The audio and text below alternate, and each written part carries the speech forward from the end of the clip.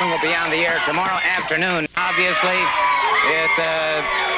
he really needs no introduction. I'm referring, of course, to Austin Idol. Darling, the Idol is back, and as you can hear and see for yourself that I have not been forgotten. You know, that's why the promoters here called me, and they said they sent out a distress call from the Caribbean islands where I was on vacation. They said, distress, this is SOS.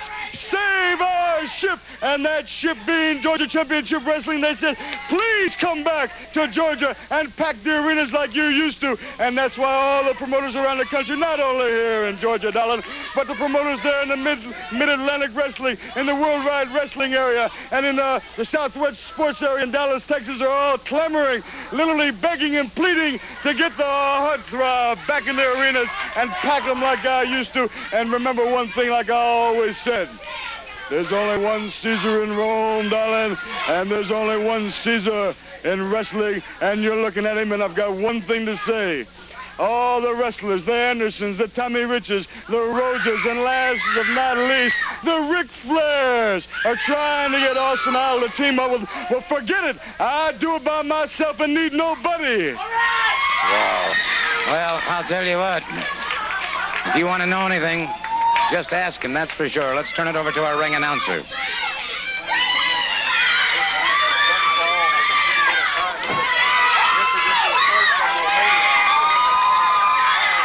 Gypsy Joe is opponent from Hollywood.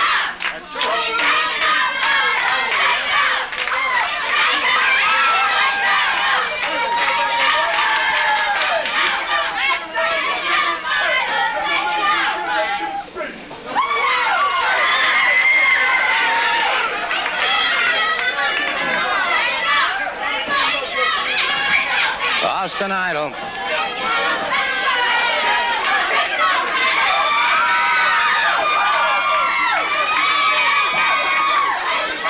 Idol getting set to remove his robe, and Gypsy Joe anxious to get into this match. Idol obviously in no hurry whatsoever.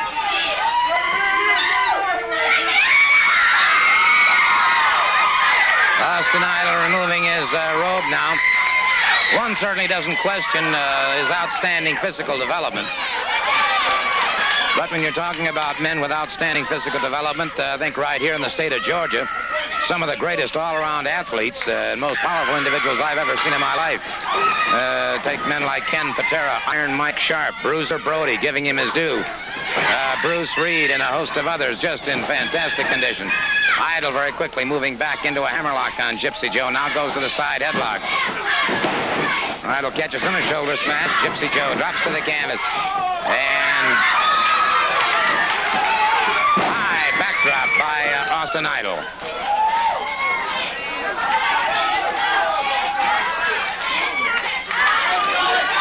Well, I can't think of of any competitors that are any more finely conditioned than they are here. I think Steve-O is a good example. Terry Gordy, Buddy Roberts, Ted DiBiase, Tommy Rich, the Gibson brothers, Eaton, Bobby Eaton, they're all just great, great athletes. Austin Idol getting some extra leverage that time, and the referee getting on his case very quickly, and I can't say that I blame him.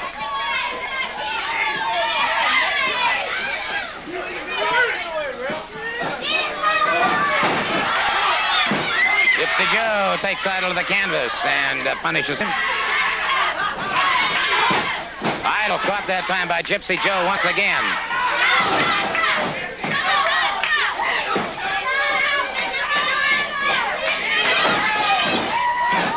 Gypsy Joe missed. Idol caught him with a knee right in the chest.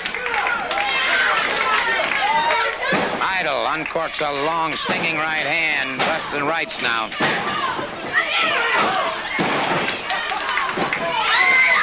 Austin Idol goes into the figure four. He's got the figure four clamped down on Gypsy Joe.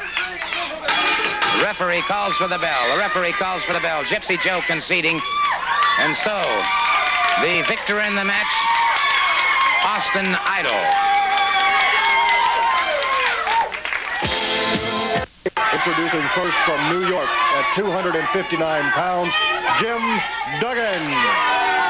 His opponent from Oklahoma at 225 pounds, Chief Wahoo McDaniel.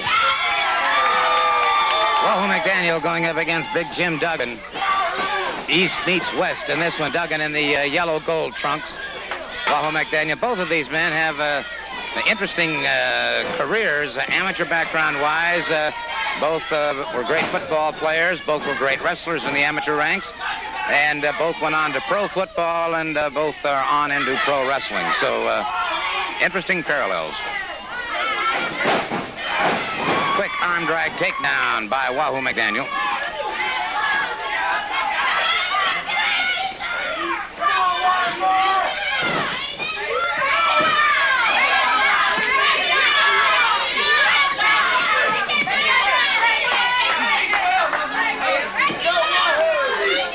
McDaniel keeping the pressure on the arm and wrist of Big Jim Duggan.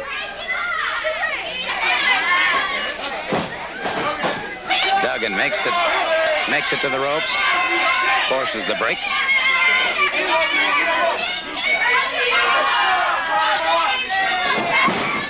Duggan moves in, collar and elbow. Duggan overhooking the arm. Gets the arm drag and twist on Wahoo McDaniel. Duggan has been intensifying his upper body workouts. He's an extremely powerful man as it is. Reversal now by Wahoo McDaniel. And Duggan again utilizes the...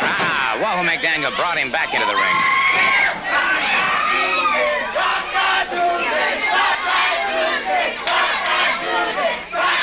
So Duggan feeling the pressure of Wahoo McDaniel.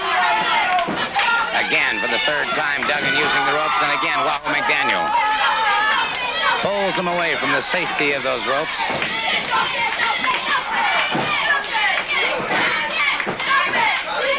McDaniel using the forearm now across the back of the head of Duggan.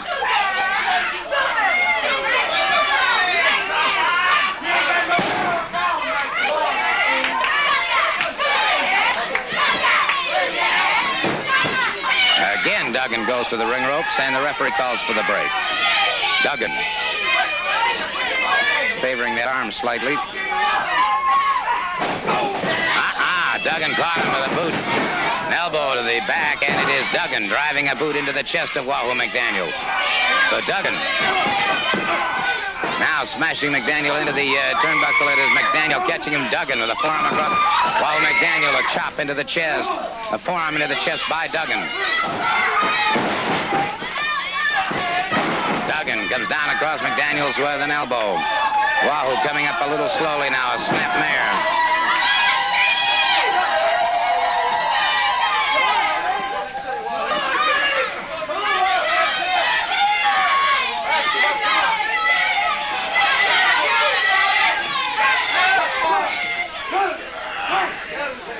Wahoo McDaniel caught from behind by Big Jim Duggan.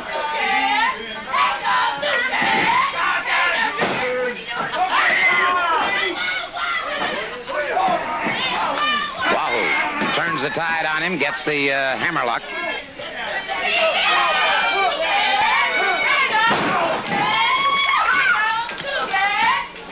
Back on their feet once again. Duggan catches him coming in, uses that elbow effectively on Wahoo McDaniel. Arm whips him into the near turnbuckle, drives the shoulder in again and again. Forearm across. Wow! McDaniel fires back. McDaniel. Uppercut to the midsection, actually. McDaniel off the ropes. Duggan up and over his man and chop into the throat by Wahoo McDaniel. Count of three. Count of three. And that is all she wrote for Big Jim Duggan. Duggan, a study in frustration. Join me here. He's been running roughshod over opponents ever since he arrived here in the... You know, you got Indians around here, you got muscle men around here, and you got a bunch of silly-looking blondes imposing as men around here. Let me explain something to you. I made it real clear. Evidently, you want to sacrifice this young Bruce Reed for the job that nobody else can do. Well, it suits me. I know Bruce Reed from a long time ago. I beat him many times. And I'm telling you, he's going to be in the first match. He's going to be in the last match. And when I say the last match, I mean the last match in the state of Georgia, because I'm going to run him out before he lives up to any of that gaga that you've been spreading around about him. Well, just a moment, Mr. Brody. Let's just do this if we have a second. And furthermore, I want to make sure you know I'm the janitor. I'm here to clean up the stink that's been hanging here for the last year and a half. I'll tell you what, we're talking about Bruce Reed. Let's just take another look at Bruce Reed. When he was in a match against the Freebirds, this match is in progress. A few moments later, you were in a match against a man by the name of Tommy Wright. You had already defeated the man. The match was over. The referee was gone from the scene. And suddenly you went back into the ring to continue punishing this man. Why? Gordon, you don't understand. And evidently the promoter here don't understand either. If I can't get in the ring with the world's champion when I come to Atlanta, Georgia, then I don't belong in the ring with nobody. If I can't get in the ring with the #1 guy here in the area, then I don't belong in the ring. Well, you may I have no intentions of continually going out here with the garbage you throw me in the ring with. Well, all right, I'll tell you what, then let's take a look. He was punishing Tommy Wright. No question about this. When one man decided it was time to put a stop... I was doing what I wanted to do to him. Let's go to the closing moments of this situation, if we may. Bruce